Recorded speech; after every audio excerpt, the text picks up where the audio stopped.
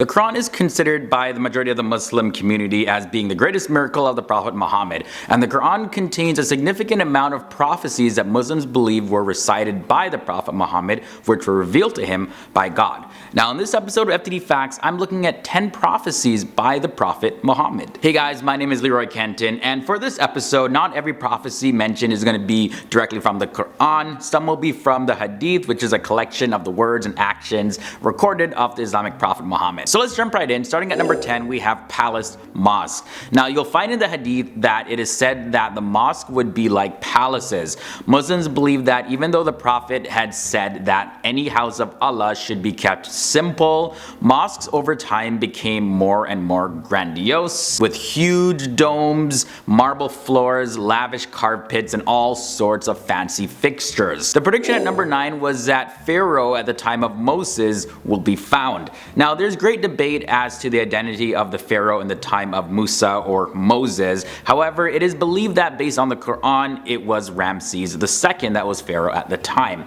Now the Quran and the Bible state that the Pharaoh was drowned in the sea. However, the Quran does differ from the Bible, where it says that the body of the Pharaoh was saved as a sign for future generations. Now the body of Ramses II had survived in a mummified form and was discovered in the year 1881 among a group of other royal mummies that had been removed from their original tombs because they were fearful that people would try to steal the bodies. So because of this, Muslims view this as an accurate statement in the Quran. Number 8, the conquest of Mecca was also predicted. Now it was only 6 years after the Prophet Muhammad had moved to Medina that he left for Mecca, which is spelled M-A-K-K-A, also spelled M-E-C-C-A, and he went there for a brief pilgrimage. However, the Meccans stopped him and a peaceful treaty was eventually made after some negotiations. And now some articles of the treaty were objected to by believers, but the verses in the Quran that were revealed following the treaty describe it as a manifest victory. It says,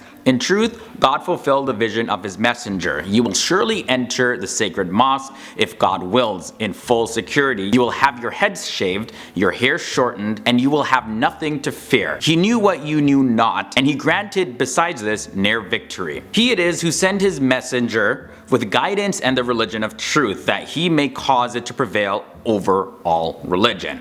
God is enough for a witness." And then 1 year later, the Muslims performed a minor pilgrimage, and then a year after, they conquered Mecca. Number 7 is the triumph of the Byzantines. So the Byzantine, or the Eastern Roman Empire, and the Persian empires were superpowers at the time. Now it was during the years when few believers were actually persecuted in Mecca that the Persians defeated the Byzantines. They conquered places like Aleppo, Antioch, as well as main Syrian provinces, and also Jerusalem. And the Persian conquest went on to Egypt, and they reached as far as Tripoli in North Africa. Now the following verse in the Quran, which were revealed at that time, told of this victory of the Romans over the Persians. And it says, "The Romans have been defeated in a land close by, but they after their defeat will be victorious within 9 years. He helps to victory who he wills. He is almighty, all compassionate." And that's found in Al-Rum, which is Surah 30 and verses 1 to 5. I just sort of shortened that there for you.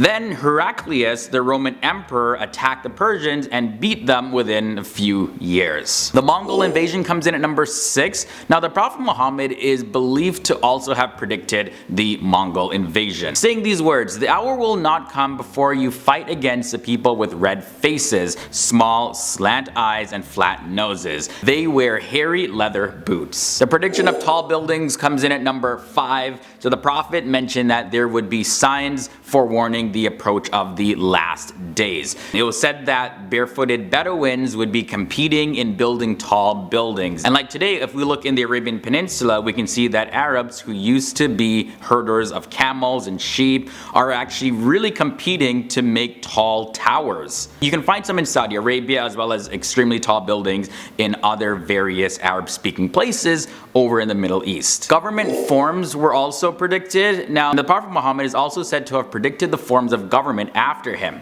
So he said this affair began with the prophethood as a mercy, then it will be mercy and caliphate. Afterwards it will change into a cruel monarchy, and finally into an iniquity and tyranny. It's believed he also prophesied saying, "Surely the caliphate after me will last 30 years, and afterwards it will be a cruel monarchy." And then at number 3 is a prediction of Fatima's passing. The prophet is believed to have foretold that Fatima would join him first after he died. Now before his death though, he called his daughter Fatima to his bedside and told her that she would be the first among the family to join him after his death. And then, yep, Fatima joined her father 6 months later. Then at number 2, the Prophet Muhammad also informed the Muslims that a false messiah would come and misguide the people. And also a detailed description of the Dajjal was given. He said to be blind in one eye, and also said that the Dajjal's right eye would look like a grape. Also Dajjal's left eye would be defective and also green in color, and then his complexion would be reddy white. He also describes Dajjal saying that he would have a prominent forehead as well as a wide neck,